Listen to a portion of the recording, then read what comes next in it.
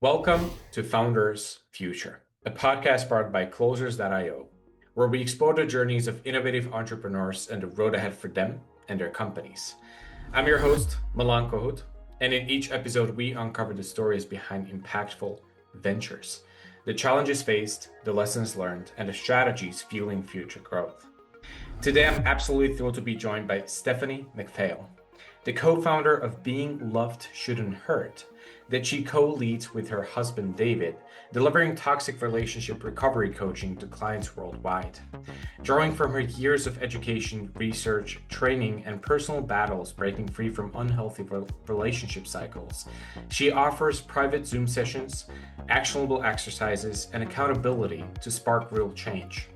Their husband-wife duo provides a balanced male-female lens through one-on-one guidance, membership communities, and self-paced courses as praised by many of their clients.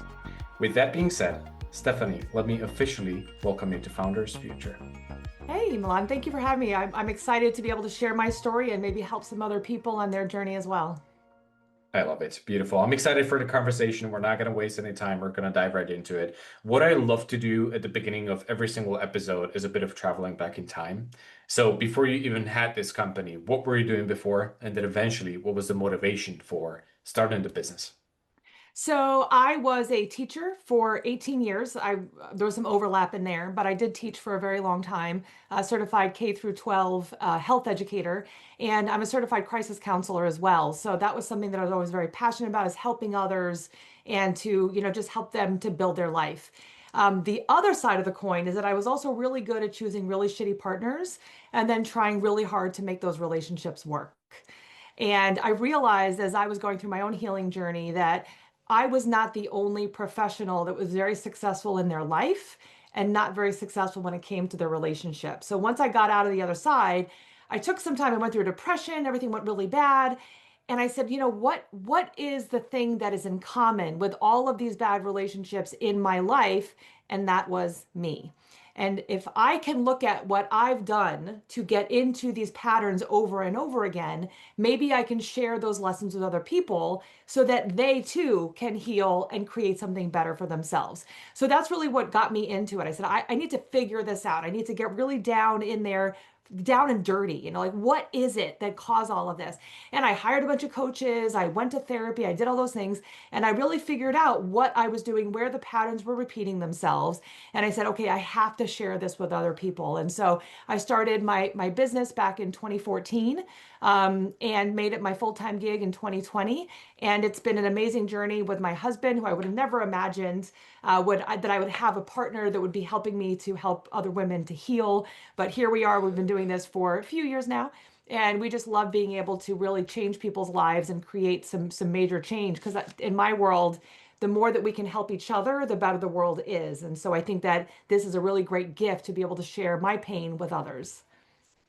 I love that though. Obviously, there was some period of time where there was a tremendous amount of self-awareness that you had for yourself, because this is the kind of thought process that you don't really see every day and with the majority of people. So hats off to you for recognizing that, okay, well, this is actually me and I need to change something, right? Typically, Mhm. what you see people do is just blaming others. That's And it. it's very empowering to say, oh, wait, I did this. Like, again, it's not my fault what they did, what happened, but I was the common denominator. And to me, I think that's a very empowering place because that means you can fix it and you can change. If it's everybody else's fault, then you can't do anything. You're like, it's just there's nothing you can do. But when it's you, you can say, okay, I have the power. I can do something different. I can choose to create something new for myself. And that is where the beauty of all of the pain Mm. lies because you really can grow out of it. Yeah, this is what taking ownership and accountability actually looks like in real life. So I love that. Beautiful. Stephanie, there's a lot more that I want to talk about. I'm pretty sure that you, as anybody else in business and entrepreneurship, the journey is never linear in business, right? So there's a lot of pivoting, adjusting along the way. I'm sure that's the case with you as well. So we're going to talk about though, like where this journey overall got you and what the business looks like for you guys today. Now, my goal in this part of the podcast is really build some clarity for the audience in terms of who is it exactly that you're trying to help right now? And also, what are the core offerings that you have in place for your clients? So tell us all about that. Sure. Well, the quickie version is I definitely agree. I think that there is this roller coaster of a ride when it comes to entrepreneurship, but I also think that when you're super passionate about what it is that you do, it's not a if I figure it out, it's a when I figure it out. And so you just have to keep coming back. It's like the one of those like punching bags where it falls down and it comes back up. That's kind of what you have to do with entrepreneurship. But you don't want to keep doing the same thing because that not is not going to work. You have to make sure that you switch it up.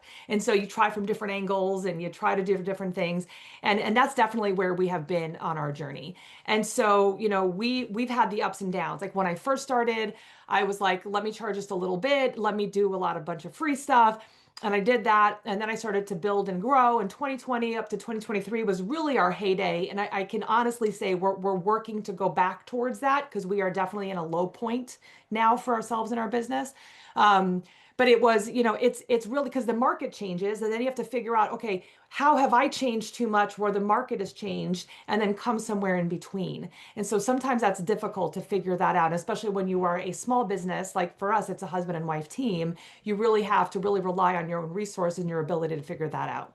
As we deal with clients, we actually do one-on-one, but our big model is the group model, and to be able to have a 6-week program, a 12-week program, and then of course we offer the bigger programs of 6 months and longer for those people that really want to really dive in and to be able to change their lives. Our main focus is middle-aged women. It's really been our focus for pretty much our whole career doing this, because we found there's like this magical thing where I used to say it was about 35, now I would say it's 40, but it's the 40-year-old or 40-year-old to 60-year-old professional woman who's been very successful in her life. She has a career that makes good money. She knows how to get things done, but because of her perseverance in her career, she doesn't know when to let go when it comes to relationships. So she's like a pit bull. She holds on too long to things that are not working out for her. She's afraid that if she lets go, she's going to be considered a failure. So she tries too hard. She loses herself. She does everything in her possible, abilities to make her relationship work, even though it's actually killing her. And realistically, it is because we know that stress and your health are very highly correlated. So those women. And sometimes it's hard for us to ask for help. And so sometimes that's a hard population to go after because you're like, hey, I can do it. I don't need anyone to help me. I could figure it out. And I was one of those people. But I also know that there gets to be a point where you're in a low point in your life where you're like, you know what? I don't know what to do because whatever I've done hasn't worked. And I know that I need to do something different. And that means I need to hire a coach. And that's where that place is, that beautiful place is where our clients come in, where they thought that. We're no longer thinking about whether or not they should. They know they need to. Now they just have to have the right fit in order to figure out like what changes they need to make and really keep them accountable to the new goals that they're creating for themselves. Yeah. You know what? It's funny though, because a lot of times people are justifying not doing so just through like the lenses of the financial side of everything, right? They feel like somehow this is going to set me back on my journey, but it's quite the opposite though. Like the majority of times people are just asking themselves like, why haven't I done it sooner though? Like, We literally had a client of ours that was making like $70,000 a year. She was single and she was like, and she was very smart, but she was like stalking her ex. She was driving by his house, all these things that in her normal world, which she would never do. And here she mhm. was, she had been obsessed about this guy. And so she finally listened to us. And as she started working through things, she was like, this isn't just relationships. This is my business. This is other areas of my life where I am allowing people to treat me badly and I'm sticking around. And she realized that the company she was working for was taking advantage of her. And she just decided I'm going to put out for a potential job opening in San Diego. And she got it. It tripled her salary overnight. Oh, They wow. moved her cross country, and she's now like a assistant, not even manager, but assistant like CEO of some big banking company. I mean, she is like high up there, and that would have never happened had she not made the decision to work on her relationship. So that's something that's really interesting. People come in at the end of relationships, whether they're looking to leave or they've left and they feel lost and they're not sure what to do, but they come to us for that. And then because we come from a very holistic perspective, all of a sudden they're like, oh, wow, it's my family relationships, it's my friendships, it's my health, it is my job, my business. And they start realizing it's all of these other things. And they start living a life that they didn't think was possible, or they thought they were asking too much for. And that's the beauty of this, is it just opens up like a flower, all the possibilities. And 100%, that money that you invest, the ROI is so much bigger than whatever you initially put in. Yeah, I feel like this is the absolutely agree though. I feel like every single aspect of life can be improved if we actually learn enough about ourselves. I had a chance to work with a gentleman a couple of years ago, which was basically a coaching offer for business owners who had everything in life. They were doing great, but what was happening behind shut door, that's a different story, right? And thanks to him, like I realized with this sort of work how deep it actually goes though. Like this is not what you do. It's not about the surface level stuff. It's really going deeper and identifying those underlying issues that are actually holding me back from taking a step towards the right direction. So I have a huge admiration for your field and what you do. So I love that. We could be talking a lot about this, but I'm gonna move on to something else though, because Stephanie, you mentioned one thing that is very different to a lot of people in your industry, and that is the fact that you basically went from the one-on-one coaching that used to be the priority to now focusing mostly on the group coaching. Now, I assume, well, I think that I pretty much know why that is, but I want to share your thought process on this with our audience, just to maybe get a little bit of an inspiration in terms of what made you pivot. So maybe I misspoke. I never really started with one-on-one. I was Mhm. actually always wanted the group model, and I knew that because I knew I had friends of mine that were very successful coaches. That group was the one to many is the best way of doing it. You and I both know. The one-on-one we do is more of like for the higher end clients that don't want to be bothered with anybody else. So that's where we have that kind of aspect. But the group coaching really is hands down the best, because if you can help, and we do it kind of like a hybrid, so it is a little bit different from what a lot of people do, where we have our, like, again, our 6 week or our 12 week program, or the 6 month program. And we do that where we have group coaching calls, we have curriculum for them to go through on their own, and then they can, ask whatever questions, unlimited coaching kind of in the group. But because we also work on mindset, we still do offer one-on-ones, and I'd also do weekly accountability. And I love those quick check-ins, because I can do a 15-minute check-in and I can have 20 clients. 15 minutes is not the end of the world. It doesn't take that long to do that. And then, like, my husband will do something called Psyche, which helps with a high-speed mindset. So the subconscious beliefs that you have about change, he can help change those beliefs in one session.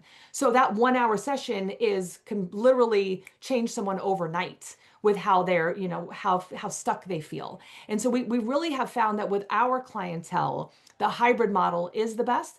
We will do the one-on-one, but really the group and the way we have it set up to us is the best for our clientele. Yeah, it's great to hear that you naturally have the relationship towards something like this, because a ton of people in your industry are absolutely struggling with getting their way into group coaching. But really, it's not just about like it's a beautiful thing because of the impact and them having the chance to see other people going through the same thing Yes. and that sense of belonging. But also, it makes a lot of sense from the business perspective, right? And now. I know this is a completely different topic though, but at the end of the day, that's who you are, right? You're a Yeah. business owner. So there is a completely different set of questions that you need to be asking yourself on a daily basis. And eventually, this is the most scalable way for you to go with the company. So, Yeah, and um, I'm going to jump in there really quick. I think the only thing we kind of go back and forth on is that when I started my business, it was I'm going blank on what it's called, but it was a start and finish. 6 weeks, that's it, done. And then you wait a week, 2 weeks or whatever, then you have your new group in.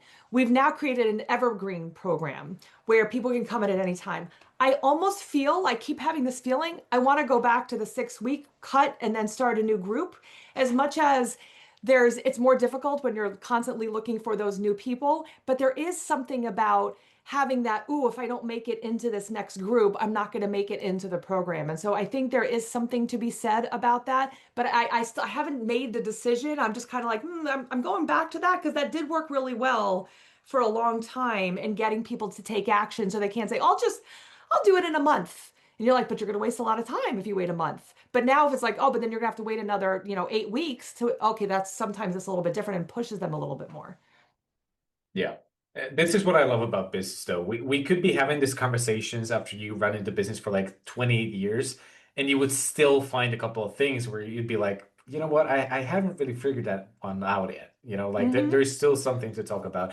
Now, Stephanie, though, let's talk about the back end side of the business. Obviously, we know that in order to succeed with something like this, you really have to have like a good client acquisition system in place. So I'm curious, what is it that's happening on the front of marketing for you, or maybe specifically generating those contacts and leads to have the ability to onboard new clients and keep changing lives? So, a lot of coming on podcasts. I think podcast is a great way of getting people, and I have my own podcast as well, Toxic Love Transformation. When you get people to hear your story and get out there in front of people, podcast is who's listening. The people that want the help are the ones listening to podcasts, so that's obviously great. Summits is another way. We also have a Facebook group that has 15,000 people, and then ads. You do. I don't do the ads. My husband is in charge of all that. But having ads where the ROI, like we've had times where the ROI was 17x and sometimes it's 3x, and again, it depends. It's the algorithm of Facebook. We did try Google, hated it. It's way too expensive. And we had a coach that helped us through and it still just wasn't worth it. Facebook was really the better marketing system for us. And of course, email marketing, that's another one. And then just regular TikTok, Facebook, Instagram. I mean, we are everywhere, putting out regular content. And and that's another tweak I think I'm working on as well is I become more of a sending out like fun or emotional stuff. And I have to remind myself to go back to what are the actual steps people need to take in order to heal. And I get sucked into the fun stuff. You're like, no, I actually have to give them actual tools for them to use. But again, that's just the learning as you get into your routines and doing all that. But I think that combination together really helps bring new people and new eyes onto the business. Yeah, I was just about to say it definitely is a learning curve though, but it looks like this is a beautiful combination of you building the front of like the organic side of everything, but also leveraging on the potential of ads. Now, just with you describing the platforms that you've tried, I would agree 100%. Meta is the place for you to be. Now, when it comes to Google and LinkedIn, yeah, the pricing is going to be a little bit less attractive there. But yeah, when it comes to this though, I'm also curious. There's a lot of people who are on the fence of whether they should pivot to maybe running a little bit of ads, maybe trying this way of getting leads instead of just, trying to build up that organic and just push a ton of content. Looking back though, what would you say was the pivotal moment for you where you basically like said, okay, I'm done. I need to try this and I'm gonna see for myself. I think well, I'm going to say that we stopped ads for a while because we were not making the money. But I will say that I think ads are super important to have paid along with the others. And I know some people completely are organic and all the power to them. Wonderful. But there's something about having the right message when you're super clear on your avatar. It makes it so much easier. And I mean, and I can say that I am the most clear about my avatar now after doing this for 12 years. I could not have as clearly said who I help and what I do. I actually went to a meeting and they were asking people to describe their avatar, and people were like, I'd help anybody. I would do that. And I'm like, yeah, we all want to help everybody, but what's your avatar? I was trying to explain to them. And then somebody called on me and I explained who I was looking for. And they're like, wow, you really know. And I'm like, yeah, but it was like, even like 6 months ago, I was like, it clicked and suddenly it was easier, even easier than it had ever been before. So if anybody's struggling and you're thinking about ads and all that, really, really take the time that all of the coaches tell you to take and getting super clear about your avatar, really get into the psychology, who they listen to, what they pay attention to, all of that, and it'll make your ads really worth spending the money on. Absolutely. This is a great point, though. And I would definitely emphasize that this actually goes for both the organic side, but also the paid side of everything. And this goes for anybody also listening to this podcast right now, though. I can promise you one thing, especially if you get yourself into the world of high ticket and you have a high ticket offer and you're trying to communicate with your audience, most of the time when the ads are not performing, I can promise you it's not going to be about the audience, it's not going to be about the targeting or the offer itself. It's just about the inability to communicate it in the right way. Right. So if I cannot really have this level of transparency that you, Stephanie, just talked about, I'm not going to be able to literally speak their language, Yeah. right? And get in front of the right people at the right time. So, Mhm. yeah, th this was a great point, though. I love it. Did you go for some outside help in terms of figuring out the messaging, or have you just spent enough time for you so that you can make those tweaks here and there and just figure it out that way?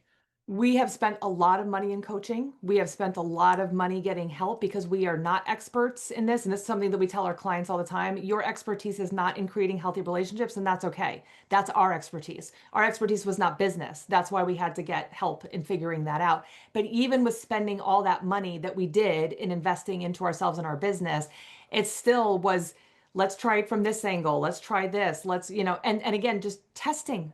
I sometimes I'd like, tell me testing one more time, I'm gonna throw you out the window. But it's true.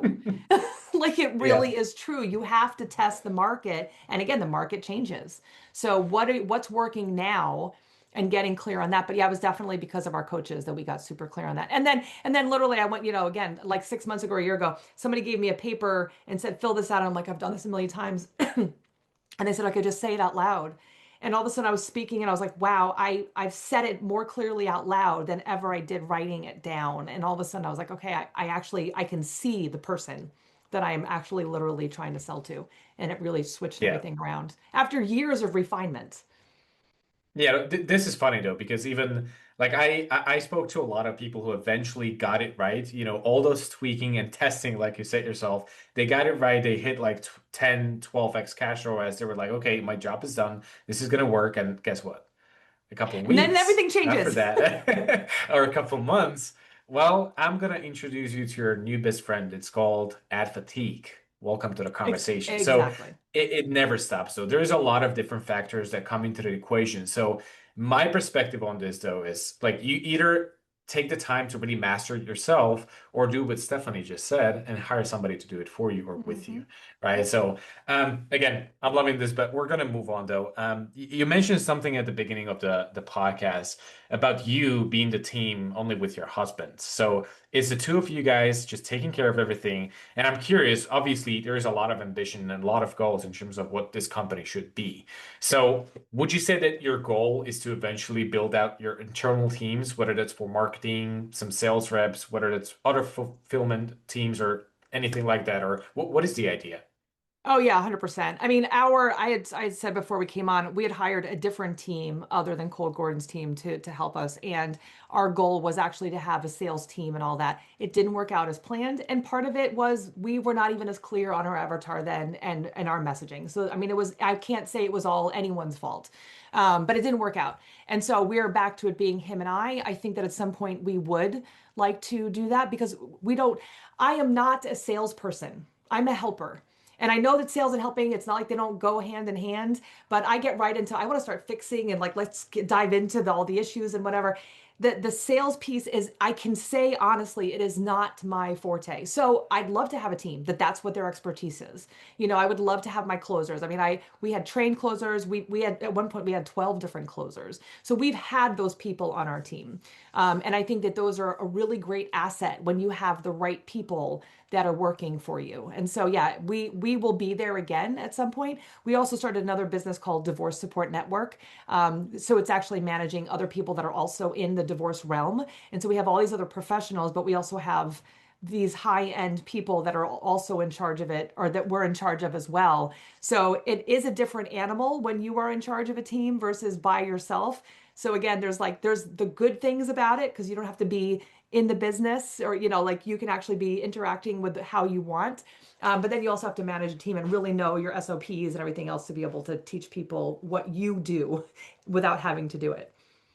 Yeah, exactly. This is another great valid point here because you talking about the SOPs. Here's my perspective though. I feel like a lot of people in your shoes or a similar position would just try and hire people prematurely and not really think about the consequences though. But let me tell you this. If you find the ability within yourself to actually go through the process yourself, learn how to do that stuff, and basically set the right standards, then yes, eventually you're going to be at a point where you can just create those SOPs that you just referenced and just give it to somebody else and be like, hey, this is what I figured out. It works. So just follow my instructions and we're going to Mhm. be good. Isn't that the case? Oh yeah. So, like, ideally, this is what everybody should do. And that goes for both the sales process, but also the marketing stuff. I'm also very unhappy when I see people not having any clue whatsoever in terms of what's going on with their marketing, what's working, what's not working. You need that kind of control. So, love it. Beautiful. Stephanie, before we wrap it up, let's also talk about the future. Um, Specifically, if you think about the short-term goals, maybe the next 6 to 12 months, what would you say really are like the biggest targets for you, the goals, the revenue, the milestones that you want to hit? I would like us to get back to, and like I said, this is a lull for us, and we're working to get back into where we were in 2023. So if we can get back to 50K months, we would be very happy. I think that again, this roller coaster that we've been on in the past 2 years, it's stressful. And and then when we are trying to focus so much on figuring out where we veered off, where what has changed, what messaging has changed, all those kinds of things. Because again, you tweak one thing and it's like, was it this? Was it something else? And so like pulling all the different levers and trying to figure out what it is, I think that that's really where we want to be. It's that passion of how many people can we possibly help? I would like to at some point. I mean, my background was education. I would love to have a nonprofit where we help people at the younger ages, because I've now seen from 11 years old to 81 years old of people that have like ruined their lives because of bad relationships. And if we can start giving tools earlier, we can actually have people live fulfilling lives and do what they were put here to do at a much earlier age. So, getting out there, getting in front of more people, getting on the stage more, being able to do more podcasts, having the time for all of that. I think that's really, and of course, having a team and being able to take more time off than, working as much as we do. We love it, but it would be nice to have more breaks. Yeah, I mean, that's the end goal though. Yeah, So exactly. 100%. Now, Stephanie, when you think about really taking the company back to what it used to be and maybe even growing past that, out of everything, what would you expect is going to become the biggest challenge to make it happen? I would say from what I've experienced before, I think it's finding the right people to work with you. I think that is and I really one of the things I found really important with the closers that we did have, and I find this just in general in life, if you can get people that see your mission and are excited about your mission, they're going to stick around. No matter what, because they also want you to be successful. If you have someone that's just looking to make a bunch of money with you, I don't think that's going to work. I mean, again, at least not for what we do. I think that because it's an emotional, I mean, we had hired people and they were like, I can't, it's too much emotion. I can't listen to some of the parts of the story. And I was like, well, then you can't, this isn't going to work for you. You have to be able to hear, but hear past it to be able to look for the solutions of us helping them. So I think it's really just about helping to find those people that understand, want that bigger goal, that bigger mission of helping more and more people, so that you can really have them stick around for the ups and downs of sometimes figuring things out, and pushing through the hard times. Absolutely.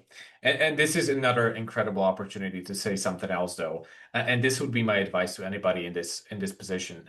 If you think about people like sales reps, let me tell you this. Skill is something that you can work on. But the alignment that you're talking about, you can either find it or not. Hmm. So when it comes to delegation and being ready to create a kind of ecosystem that lets you let other people join you, you got to think about whether this is the kind of character and personality that I can see myself working with. Yeah. If they need a little bit of work, we can work with that. But if it's not a fit, there's nothing that you can do about it. Yeah. So another great point. Stephanie, there is so many golden nuggets that you just threw at us throughout the conversation. I really hope that everybody listening was actually listening. If you weren't, just go back, listen again. Great conversation though. At this point, I'm gonna say thank you for taking the time, sharing the story with me and with our audience. I really appreciate that. If anybody from the listeners would like to get in touch, perhaps one day even work with you, how to go about Mhm. it? The best thing to do is to go to beinglovedshouldn'thurt.com, or just look up Stephanie McPhail and you can find all my stuff on Google. You can follow us on all the different social medias. You can even send me an email, Stephanie@beinglovedshouldn'thurt.com, and I'd be more than happy to reach back out and hop on a call and see if we can come up with a plan for you. Love it. Beautiful. Again, thank you. It was a pleasure to have you on. Thank you. Always a pleasure. Now, to our listeners, if today's conversation inspired you as well, make sure to subscribe to Founders Future on your favorite platform. And also, if you're a business owner, more specifically a consultant or a coach, or you have an agency and you're trying to scale the business and really enhance both your sales and marketing efforts, also visit closers.io, get in touch with our team, and discover how exactly we scale our company from zero to over 30 million per year in less than 3 years. Until then, keep on crushing it, and I'll see you on the next one.